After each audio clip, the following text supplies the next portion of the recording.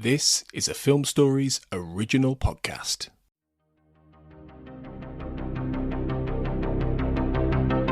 This is Writers on Film, the only podcast dedicated to books on cinema.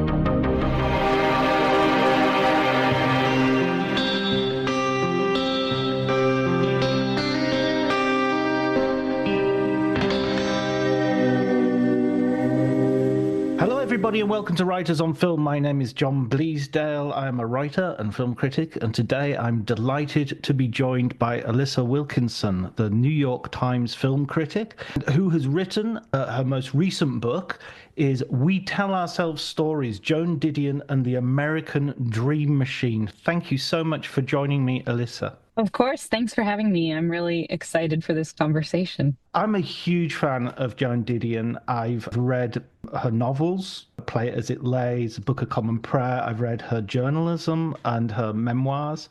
And so this book is really in my wheelhouse. What's your relationship with Joan Didion? How did you sort of come about to write about her? Yeah, it's a great question. It started way back about 20 years ago in 2005. I had finished college where I didn't read a lot of books. That wasn't really part of my major, but I moved to New York City, and it was right at the time that The Year of Magical Thinking was coming out.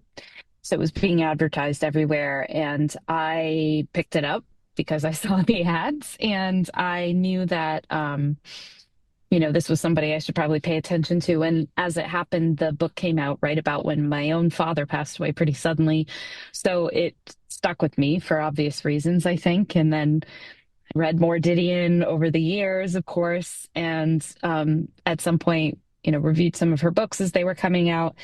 And then when I was talking with my agent about 15 years ago, almost exactly, we were talking about different books that I might be thinking about or noodling on, and she was like, well, what about one on Joan Didion?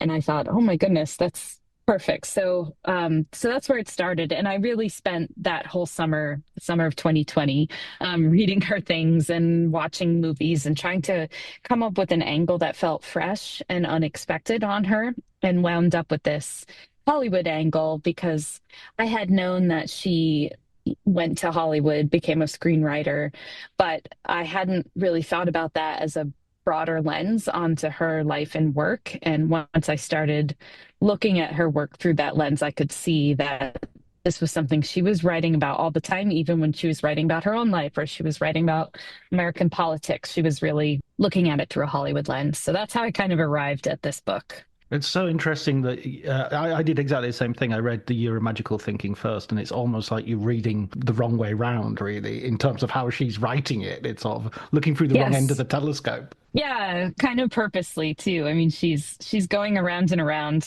but she uses language in that book like she wants to run the tape back, or she wishes she could bring us into the editing room, or all those kinds of metaphors. And once you kind of see them in her writing, you can't unsee them. And that really, I think, provides a way to look at why she was interested in the things she was interested in. The idea as well of Hollywood that you have as a lens is such a creative one because, and such a, I want to say fruitful, but I've just said lens. So a fruitful lens is yes, sure. Is a well-polished lens. I'm not sure quite how to say it, but in the fact that, she's from California, and so she's someone who's rooted in the the correct coast, let's say. Yeah, that's right. Although I keep pointing out to people, I think she lived more of her adult life in New York City than in California, but she was born in Sacramento. Her family, she's a fifth generation Sacramento native, I guess. And she's very attached to the mythology of her pioneer ancestors, which I think is one reason she became so attached to John Wayne, because he kept playing those people in movies. And then she moved all over the place with her family when she was very young because her father was in the military. But then when they were moved to Sacramento, she lived there until she went to Berkeley. And then she moved to New York, but went back and lived in LA for 20 years or so. So there's a long California connection there. And even when she was in New York, she definitely thought of herself fundamentally as a Californian with Californian ways of thinking about things. and she, worked in Hollywood, even though she had moved to New York later on.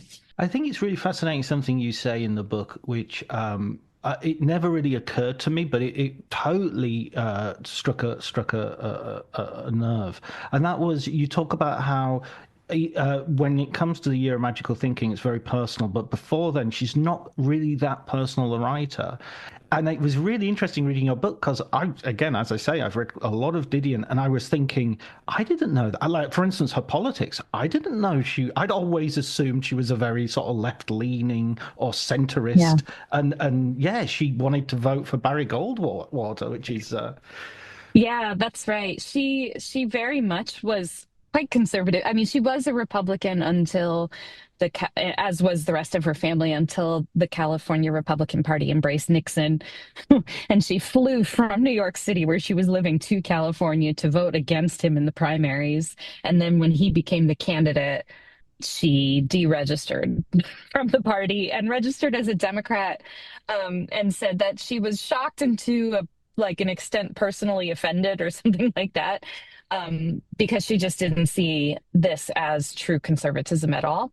And but you're right, she loved Barry Goldwater, and even in the introduction to Political Fictions, which was published on September 11, 2001, she writes that she would have voted for Goldwater in every election since, if he had remained the same age and was running. So, and that's quite a far to the right candidate. So I've been thinking about it as sort of two things. One is she's a Western conservative, which is very much about independence and not trusting the federal government and being kind of libertarian. It's slightly different flavor than you might get on the East Coast.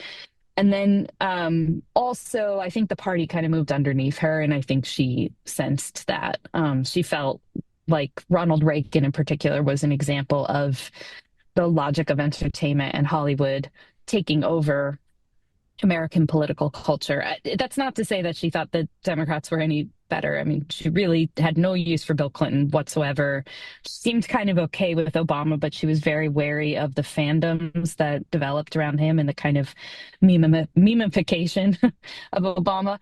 But yeah, it's a funny thing to see. Once you notice it in her writing, you can start to see that feeling of being an outsider who doesn't quite belong in the world that she's at the center of is very much a part of her writing.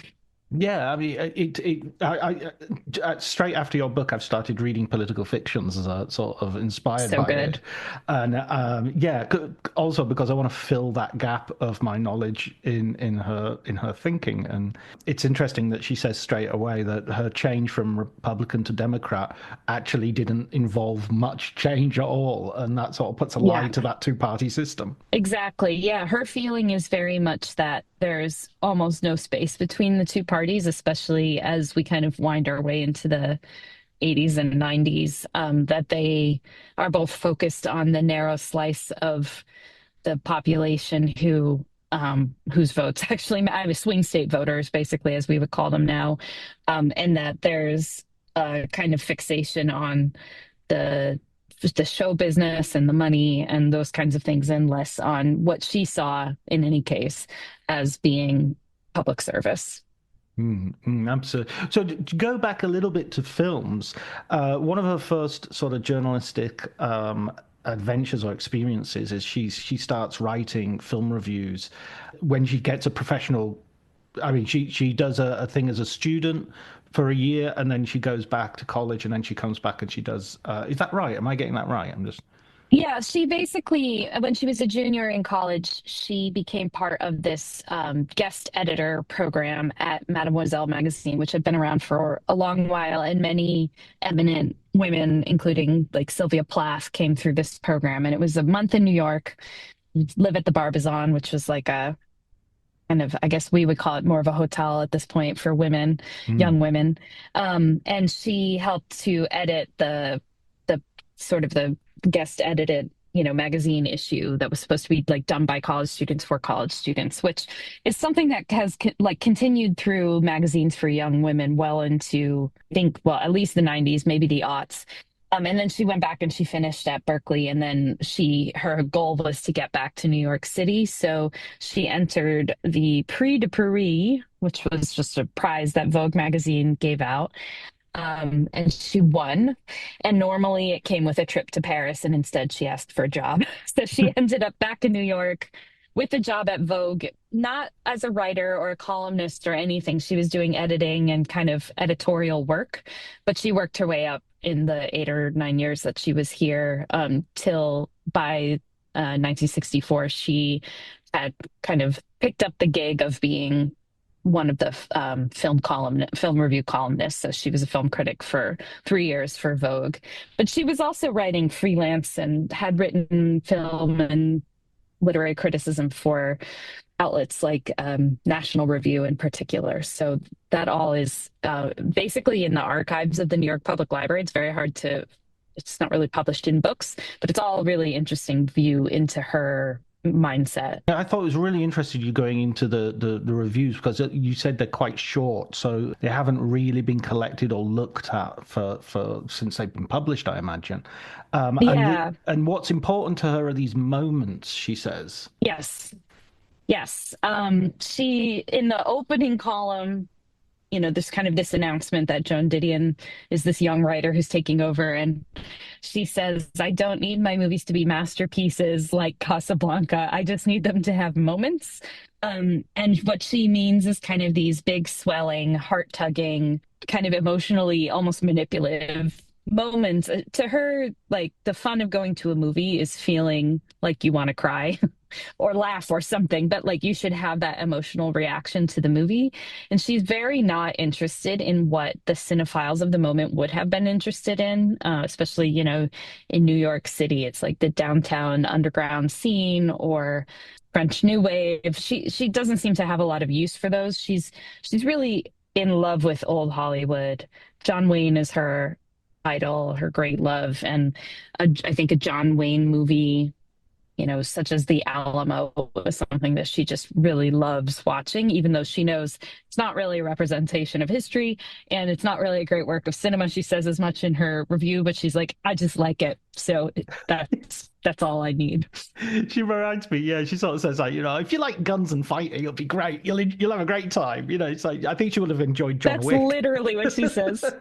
Yes, I think she very much would have. Yeah, I mean, maybe she saw them. I don't know. She only died in 21, so there's a good possibility. And yeah, I wouldn't be surprised at all if that was something she would love. Just the idea of Joan Didion watching Fast and Furious and going, "Yep, that's what I want. That's what I want out of a movie." I wanted to ask. Yeah, I was just gonna say she really loved biker movies. I mean, she was obsessive about them. Those very violent biker movies. So I think that's very possible. Yeah, absolutely. The Wild Angels, Roger Corman. Well, this is pre Easy Rider, Peter Fonda biker movie. I was going to ask you actually. I mean, you're obviously writing criticism at one of the biggest outlets in the world. How do you feel reading that criticism? Because that's really in your wheelhouse. Are you sort of going, oh, come on, Joan, you have to do better than that? Or are you thinking, no, I get you. I see what you mean. Yeah, I don't love her taste. John But that's Wayne, okay. the Alamo? Yeah, I mean, this is not what I love. But I do think that I love her. I love her kind of crankiness about the whole, like she clearly loves movies, but she also, when you read her reviews, you get the sense of someone who's having a fight in her head with maybe it was just some guy at a cocktail party, and she's like, whatever, these people think they're so smart because they love Truffaut, but actually, they're just playing themselves. And it's certainly not what I think myself as a critic, but that's so much fun. And then also she's writing very, very short form reviews because she has a literal column, it's like 3 paragraphs tops. But all the Didion turn of phrase brilliance is in there. And, half of being a great critic is just giving some people something really fun to read. And I think she has that in spades from the very start. And she's a much more humorous writer in her 20s and 30s than she is later for the most part. So a lot of that kind of Dorothy Parker wit is in there, which is very delightful to read. Yeah, there's a pithiness and a sort of, for want of a better word, bitchiness at times that Yes. that comes through. Absolutely. Absolutely. And it's just this sense of like, come on, guys. I just think that's really funny and fun to read and fun to experience. And also, a lot of those reviews are of movies that I don't think anybody has seen in a long time. Who knows if they even really exist anymore. But there are other ones in there. I mean, there's Billy Wilder movies. There's the Pink Panther. She reviews the Pink Panther. So there's some really funny little nuggets in there that I think are worth reading. But as I said, they're not collected in books. So you really have to dig backwards into archives. And if you get them through the New York Public Library, you get like a scan of the page that the column was printed on, which means you get to see all the funny ads that are running alongside them for hair cream or silver service or I don't know, all kinds of things. I love that. You saw the Brill cream and the sort Yes, of cleaning products and stuff, and what's on at the exactly. cinema. What's on in at the time. I remember Yes. reading her review of the Thin Red Line, the original Thin Red Line from the '60s, which was a very low budget film. And Hmm. she said it was like one of the best battle scenes ever filmed, ever. And it's Yeah, it's like she must be the only person to have that opinion. I know. I know. Because it isn't Paths of Glory. That's right. That's right. I mean, I think she always really delighted in being the only person who has this opinion. And that's very much descriptive of how she writes about everything, even when she's writing later about like very heavy and important news headlines or stories or happenings. She's always looking for a way to say something that she hasn't heard someone else say before. And that, I think, as a critic, was really important for me to read from the very start of my own career because there is a tendency to kind of just repeat what you've heard other people say. And that's, that'll get the words on the page. But the much more exciting and interesting thing to do is just to use a cliche, of course, to think outside of whatever box Yeah, you're put in. to think outside of the blue sky of That's right. That's right. Yes. yeah, I mean, I think you're absolutely right. I think there's such a temptation to group think, and I mean, I go to lots of film festivals and stuff, and it's so dangerous because you're talking to people, and you can really get Yeah. into those trammel lines of what everybody else is saying for or against. Right.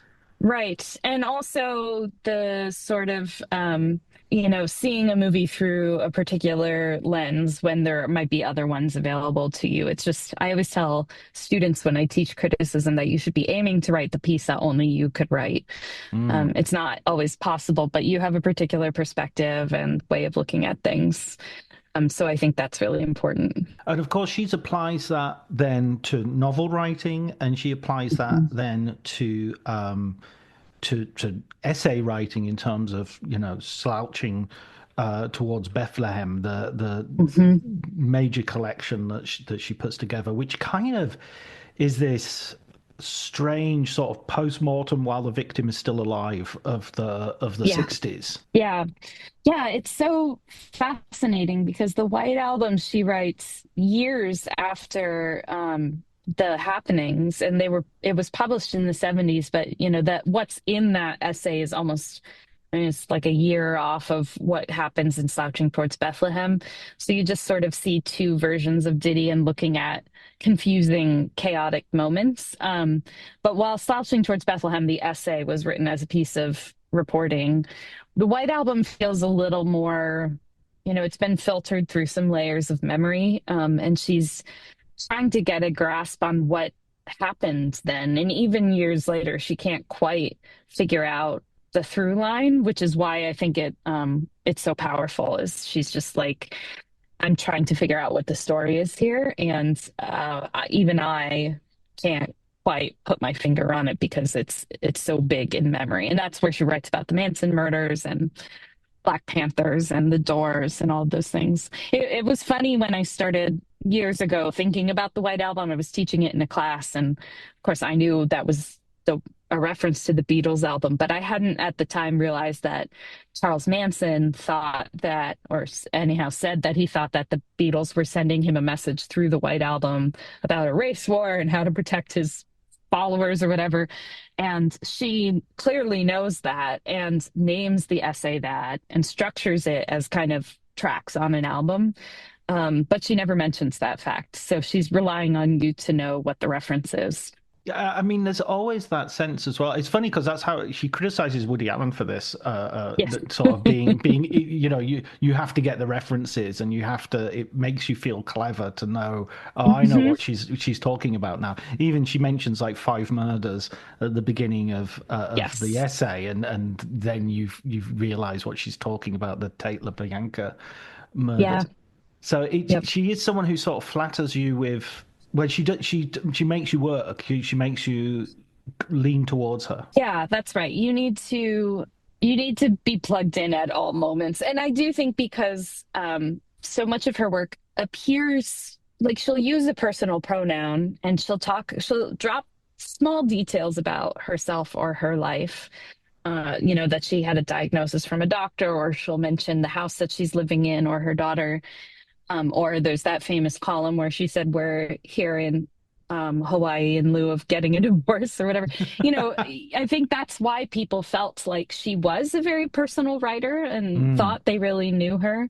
And it's a little bit of why her late work comes as such a kind of a surprise and a gut punch to a lot of people, is that, there was so much she didn't say and didn't reveal, and that you kind of have to be paying very close attention to realize that it was probably a decade of reading goodbye to all that before I realized that, oh, there's like a whole other person lurking around in the back of this essay and I don't know who he is. And that was, that alone was surprising to me. And so at this point that she goes back to they decide, her and John Donne, who've got married and who she's met, and they go to, who himself is a writer. And it's kind of in the unfortunate. Well, you actually bring it up that normally you would see John Donne as, he's a really good writer. He's very witty. He's written some great Yes. books, but sort of he will always look a little bit in the shadow of Joan Didion in this case. Yeah. Yeah, which is kind of a shame. I mean, I do really like his books. I haven't read them all, but he wrote two of the best books ever written on Hollywood. His writing is completely different from hers. It's kind of astonishing to me that they were able to screenwrite together so well, Mm. just because his his voice is just utterly different. And he had a very interesting life, but it is funny that there's no John Gregory Dunn biography. I mean, I'm waiting for it. Somebody should write it. It won't be me, but somebody should. I mean, you can't feel too sorry for the men who, No, in the shade of great women, no, certainly not. historical balance has to be struck at some point. Yeah, Um, and there's some level on which it seems like he didn't, he knew that this was his, he liked being what he was for her career, for sure. There's and so they're in Hollywood and they start to sort of make these deals. It's so interesting the way you describe how they approach this. Like, first of all, the idea of a team of screenwriters is such a great idea. It reminds me of a sort of Dashiell Hammett Thin Yeah, Man couple, the Myrna right. Loy and William Powell sort of, but writing screenplays instead of solving crimes. Yeah, they were friends with Elaine May and Peter Feebleman, who Elaine May was friends with and was a playwright. And they just thought, well, why don't we form a company and we'll run it like a law firm. We'll bill by the hour. And when people need a rewrite, because they were also used to doing rewrites at that point, a rewrite or punch up or whatever, we'll run it through the company and get billed, that way. And whoever's free can work on it at the moment. And this was partly because they just were tired of getting jerked around by studios and, being asked for extra work that they weren't paid for, all of these things. But it wound up in the end that it wasn't going to work out because of their various connections, kind of disqualified them from working with everybody. But it's still a funny thing. And it's funny to me that, Didion and May were friends because there's kind of two no more different women, even though they had a lot of the same life story and a lot of the same, obviously social circle and all of that. Yeah, I think it's kind of interesting that there are so many women around that era and around that area, considering how few women sort of get into directing at this point. But how Yes. you do have, Elaine May obviously does get into directing, but you have sort of Hmm. Carrie Fisher is writing screenplays at a certain point here, and Hmm. certainly working as a script doctor. Um, Hmm. and it's just Eve Babbitt's as well is around writing at this Yep. area, and of course has a sort of quite a contentious relationship. Pauline Kael as the critic is Yes. has something of a contentious relationship as well with Very much. both Yeah. Didion and Dunn. Yes. I mean, Kale is my favorite story in all of this because um, Pauline Kael and Joan Didion shared that Vogue column for a bit. So they actually, and that was before Kale was Kale. It was before the Bonnie and Clyde essay that got her over to the New Yorker. Yeah, but they really didn't like each other, even though they were quite similar in a lot of ways. They're both from California. They both Maybe went to that's Berkeley. why. That's kind of my theory is that sometimes you really dislike the people who remind you of yourself. And Kale by that time had gotten to New York and of course was having her own set of beefs with critics out here, I say as a New Yorker, but Didion and Dunn both jab at her a bunch and say, you think of movies as this art form that springs from the mind of a creative genius, and we're actually working in the movies, and we know that actually there's just a bunch of executives in a room making kind of dumb notes that we have to take, and we're just working toward, kind of getting the project done, and that there's a lot less single genius behind it. I mean, neither of them are completely correct. I think the answer lies somewhere in the middle part of that Venn diagram. But Kale clearly was miffed too and sort of wrote some nasty things about Play It As It Lays, and then John struck back. So there's this kind of back and forth that's really funny to read and funny to think about. And also,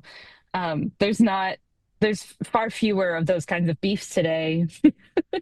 Critics don't really get in fights very much anymore. Yeah, the world is poorer for it. I think that sort of feuding shows that Yes. something is at stake. Yes. Yeah. I mean, I miss it and sometimes have, obviously, most film critics know each other. So I have sometimes joking conversations with friends about how we should start a beef to revitalize film criticism, but Let's maybe we'll do manufacture it. it today. Yeah. That's right. That's right. I figure, how could it couldn't hurt. Absolutely. Whereas, just I don't know, just getting mad at a film or for a casting decision or something like that, it seems like a poor excuse for an argument. I agree. And it's sort of boring to get mad at the studios. The Yeah. conventional wisdom tells us that they'll do whatever they think will make the most money. And our job is to be like, but what about the movies themselves? Yeah, I don't think I've gotten mad at a casting decision in a very long time for that reason. I had a funny experience today. I was reading a review of the David Mamet Glengarry Glen Ross play, and it Hmm. said something in the first paragraph about, oh, can we separate the art from the man? And I was like, well, wait a minute. I mean, I know he's objectionable. I don't agree with him, but I have absolutely I have no Right. problem with his work. Yes, yes. It And didn't even occur to me to separate the art from the man. I know I saw that show last week and I thought about it briefly because, of course, that's in my brain. And but it's not really a show about nice people doing nice things or like some kind of aspirational moral or ethical stance. It's just about bad people doing terrible stuff and how awful capitalism can be. And that seems fine. I think he nailed it. Yeah, absolutely. We'll be fine. I absolutely agree. So we've got them actually writing screenplays, and the first screenplay that sort of comes to production, it's one of my favorite films of the 70s, Panic in Needle Park. Hmm. It's just Yeah. absolutely, I think it might even be one of my favorite Pacino performances. Hmm. Yeah. Not to mention Kitty. I want to say Kitty. Kitty Don't Win. Yeah. Kitty Win. I knew it was a Hmm. short surname. Yeah. Yeah, that's an interesting one. I mean, they had not been in Hollywood too long. They were trying to kind of get a toehold as screenwriters in the business. And John's brother, Dominic, was working there as a TV producer at the time. But John said we weren't getting any, you know, work basically. So we Mhm. decided to write something and have it produced. And they put some of their own money in. Nick did as well. And it's an adaptation of a kind of a piece of hybrid fiction, nonfiction reportage, I guess, about addicts in Needle Park, which, if people are familiar with New York City, is now where the 72nd Street 2-3 stop is on the train, which is very funny because there's like a Trader Joe's there and a couple pizza shops and a few Panicking blocks north of traders. Lincoln Center. Yeah, Panicking exactly. Trader Joe's doesn't quite have the It's ring, does it? certainly, yeah, there's Needle Park is not littered with needles anymore, I can tell you that. But yeah, it's a great movie. It's probably one of the great, there was kind of an era of drug movies. Supposedly, it's the first film where someone shoots up on camera.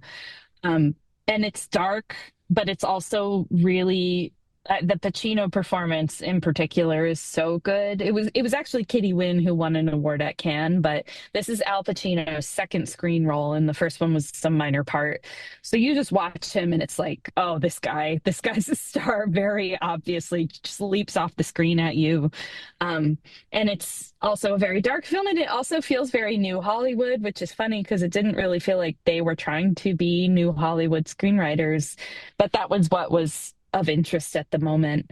And Jerry Schatzberg, who directed it, was also new to directing features. He mainly made commercials. So it was a kind of a project of people trying to get into the industry, but they were making it at a moment when the door was open to this kind of thing. And by making this sort of thing, you could become an established talent. And the fun coda to it is that the film went to Cannes, and that was Didion's first trip abroad. She was 37, and she had never been abroad. So that's sort of an interesting coda. But it's interesting to know also that, she was 37 before her first film was produced. I think Mm. people see her as this ingenue, but she was, actually in her 40s when she became famous. It's the one detail that was in your book that made me think less of Joan Didion was her going on the plane without any shoes. That I would have, I just Well, went, "Eek, I don't want in that." fairness, it was a private plane. It was the Okay. studio's private plane. So it was, or maybe they were in first class, but it definitely, and it was the 70s, whatever. People did crazy stuff like that all the This is time. But it true. wasn't like she was sitting in coach without any shoes, thankfully. I just couldn't help thinking, okay, you criticized all those people in slouching to Bethlehem, and then you don't put your shoes on. It's the Yeah. beginning of the I end. don't even know if she's criticizing people and slouching towards Bethlehem, really. This is the funny thing about reading her is you kind of realize she does a lot of describing, but really like slouching towards Bethlehem is almost entirely a criticism of the system that produced the hippies and not the hippies themselves, Mm. although she would never want to be one of them. She also is kind of one of them. And when she writes that, she's like living in a really janky part of LA and partying with rock and roll stars. And so it's kind of interesting to kind of put all those pieces together when you're reading her. Yeah, yeah. I mean, the other thing I thought about Panic in Needle Park when I was reading and I was remembering the film was I was thinking, I wonder if Joan Didion was reviewing this film, Mm. where the moments would be. Right. Yeah, I don't even I mean, it's again, it's not the kind of film she tended to review positively, which Right. just surprises people. But if you remember that a lot of their way of thinking about screenwriting was let's do what we need to do to sell the product. And I don't mean that in any kind of a derogatory way. I think it's a pretty smart way to work in the business. But, at some point, a lot of the successful screenwriters in Hollywood have figured out, well, I write action movies when action movies are popular, and I write rom-coms when rom-coms are popular. And for them, they start with the Panic in Needle Park, but the last screenplay that went to the big screen of theirs is Up Close and Personal, which couldn't be more different in all ways and stars, Robert Redford and Michelle Pfeiffer. So their output on the screen is has some consistencies across it that you can kind of detect, but they're all very different films because they were writing them for the era in which they were coming out and not according to some lofty ideas about what art should be. Yeah, they're very pragmatic, aren't they?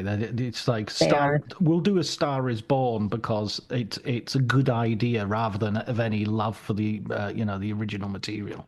Right. Yeah. They were like, we want to make a rock and roll movie. This is a good way to get it done. Exactly, exactly. And when Barbara Streisand gets a bit too, and her husband get a bit too annoying, we'll ditch it and we'll Yeah. take the money and run. We'll get paid anyhow. We'll get the credit. And I believe John's line was, it's our beads, but not our necklace. Yeah. He had some great lines as well. I remember one of the ones you quote about Pauline Kael criticizing the cellist for the tuba solo. Yes. Yes. Incredible, incredible phrasing. I mean, John was very much, the product of a large Irish Catholic family that tells a lot of stories of their own in Connecticut. So he just has a New Englander way of expressing things. And if you read Griffin Dunn's book, his memoir about their family, Griffin is his nephew. You kind of see where he came from. It's pretty great.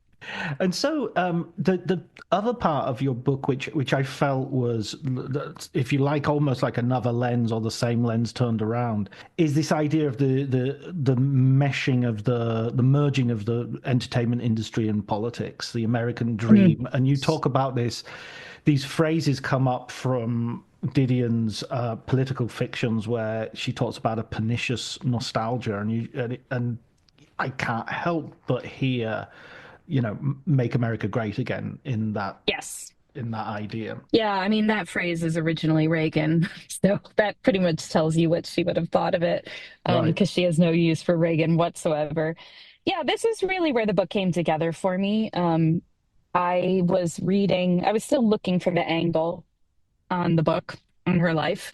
And I read the essay Insider Baseball, which is in political fictions. And it's about, well, she's a political reporter now, and she's following the Dukakis campaign. And she is not really listening to what the candidate is saying. She's listening to what his handlers are saying and what the camera guys are saying, what the other journalists are saying. And she's coming very swiftly to the conclusion that this sounds familiar to her because it's a lot like being on a movie set in Hollywood. Even the jargon is the same, the setting up the shot and doing it multiple times to like get the most real looking shot, all of these things. And that to me suddenly like made clear where her ideas and the way that she approached politics came from. She is thinking like a media critic a lot of the time, and she feels like she's qualified to do so because she has spent a whole lot of time in show business and thus can spot the parallels. So that's where I realized that the book couldn't just be, well, there was no reason to write a biography of Joan Didion because one exists and it's very good. And there was no reason to just sort of talk about her Hollywood years. I felt like instead thinking about Hollywood as a framework through which we could look at her gave us that in her political reporting as well as early in her life and all of those other things.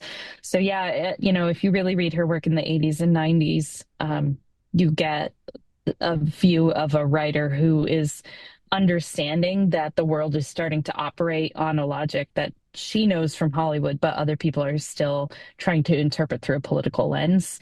And thus she seems often very much ahead of the curve in her observations about that. One of her great ones is on Newt Gingrich and his books, which she finds preposterous, and also his framework for life being all kind of seeing himself through this heroic Hollywood framework to the point where he learns how to harness C-SPAN and use it for his own ends. And I think, you really have to be coming in with one lens to catch that in the Gingrich books.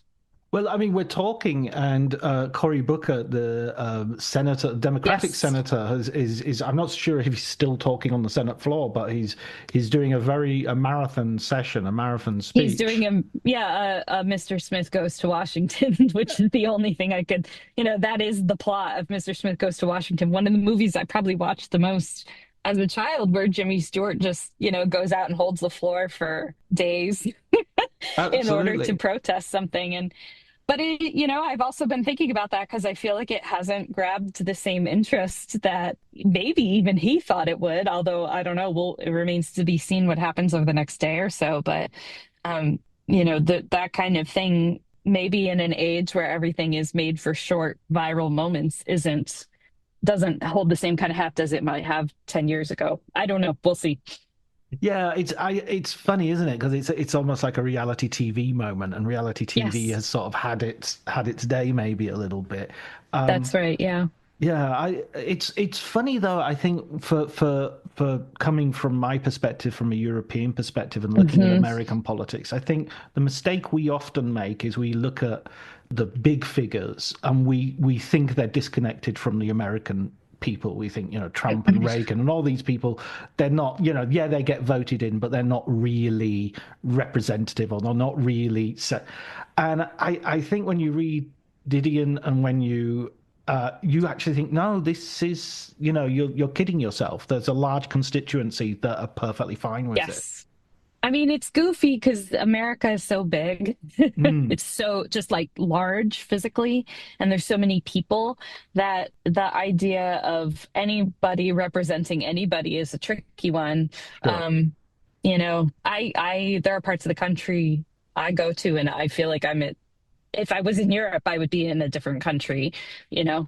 And that part is tricky to grapple with in a representative democracy.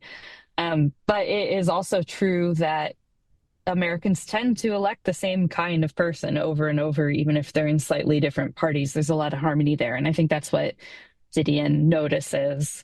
Um, and also, it sort of the success of a candidate depends on being able to figure out what it is that Americans are into right now, whether it's big moral and ethical stands or whether it's viral moments or whether, whatever. What kind of character are we into at the moment? So I tried to shape the book around looking at those big arcs that occur in Hollywood because I think that the movies and now TV, of course, often reflect us processing our own anxiety about one thing or another.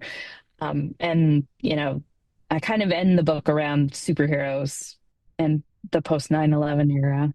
Absolutely. But That's a really interesting moment as well, because it feels like a moment when we're kind of where the dreams are becoming, multiplying and going off in a yeah, a magic lantern of different pieces of light, really not making much yeah, sense. yeah. I mean, it's a funny thing to be writing about right now because superhero movies are desperately at this very moment trying to argue for their own relevance and sort of get back into the public consciousness as the form of entertainment that you have to go see. And I don't know if it's going to work. And I don't know that that's entirely related to just the business factors and the fact that you have to have seen 35 movies and four TV shows to understand what's going on in a lot of these movies now. I do think there's a sense in which every, everyone, well, maybe not everyone, but a large number of people, especially younger people, have become aware that it is pure fantasy to imagine that some super being will come and save us. Actually, we should probably be scared of that person, right? So it starts to feel like an outdated fantasy, and I don't know what comes next. I feel like we're teetering on the edge, waiting for the next era of the big arc to appear. I don't know what it is, but I'm guessing it will be in the realm of dystopian science fiction. So we'll see. I the thing that sort of strikes me as odd is because often the go-to is to compare it to the Western or something like that. But Yes. the thing that's straight that seems different these days is you have an entire studio which is based on one genre, which is Marvel. And Yeah. it's sort of like they're never. I don't see Marvel going, you know what, we'll start making Westerns now, and we'll start making gangster movies. Right. Well, and they have at times dabbled in other genres. You know, they've sometimes made I mean, Logan. Well, Logan is the wrong studio, isn't it? But like those kinds of movies, they have Mm, kind of a genre cast to them.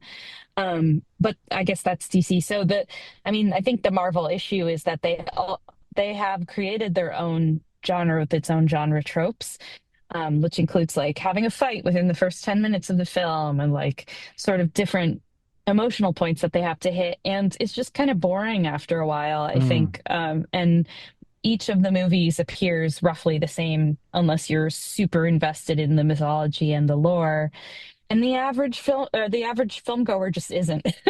mm. There's so it makes sense that a Star Wars would retain interest from people because they've had nine canonical Star Wars films. That's I can watch that many movies, but I Mm. can't watch all these side quests and side quells and whatever. And I think they thought the multiverse was going to save them, but then it's like I don't even know what you're talking about anymore. Like, didn't that guy die? So that's really tough to do. After except with the most hardcore fans, and unfortunately, you can't make a $200 million movie for just the most hardcore fans. So maybe a shift is coming. They will have done it to themselves, but that in itself is revelatory and interesting. Yeah, absolutely. No, I mean, I must admit, I enjoyed some of them, and I won't be unhappy if we go on and do something else now. So, fine. When I mean, the thing we t started talking about this at the very beginning of our conversation, which was the sort of final works of Joan Didion, the play that she puts on as well from the Year of Magical Thinking, the Hmm. Blue Knight's Hmm. book, which is about the death of her daughter. I mean, searing works and kind of the first of their kind as well. That sort of the idea of this sort of intimate revelation of trauma has almost become a little bit more mundane now.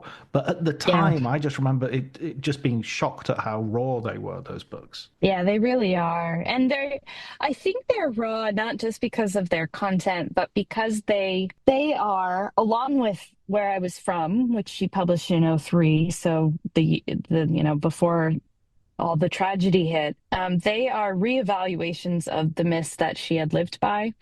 They're her looking at the stories she told herself. She says as much, the fixed ideas, the pernicious nostalgia, all of that stuff. First about California and then about her life with her husband and her ideas about how life would continue on. And then her remembering kind of herself as a mother and thinking about her own self narrative around motherhood.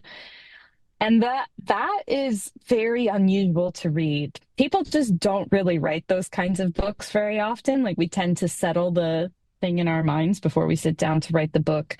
And certainly famous authors who've been famous for many decades don't tend to write books that reevaluate parts of their own writing, and what they've put out into the world in older age. Like that's fairly rare. And I think that's a little bit of why they're so jarring to read.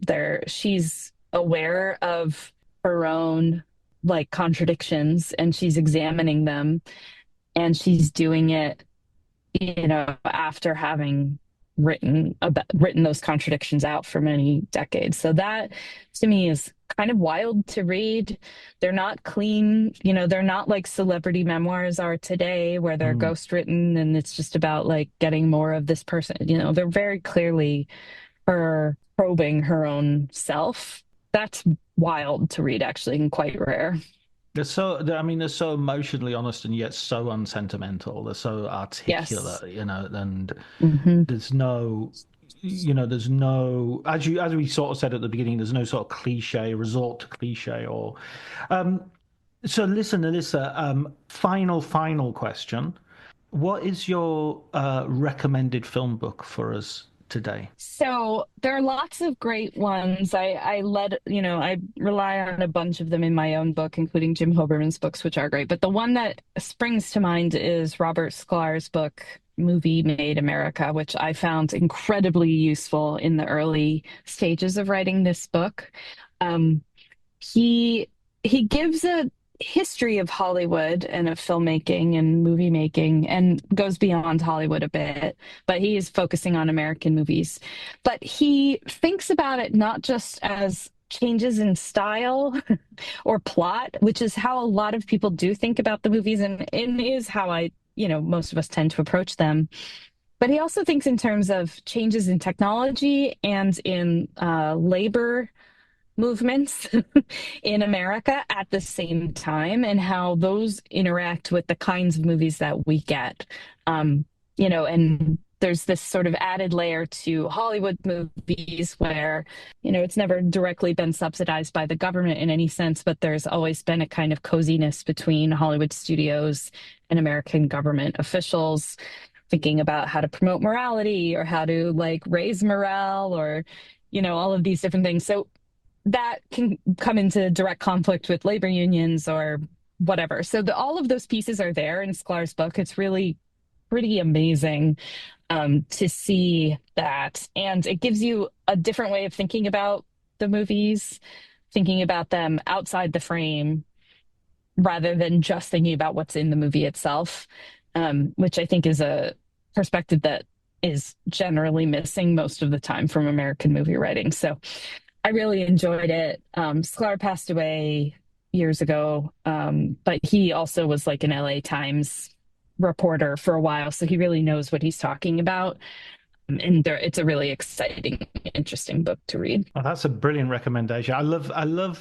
One of the things I notice in terms of technology, it's always fun to notice when a studio figures out how to do a certain special effect, and so you see it in like Yes. 5 different films. And so, like, Yep. there was one time where they worked out how to do someone being hit suddenly by a car, and suddenly that was in like every other film you saw somebody getting hit suddenly Yes. by a car. Yes.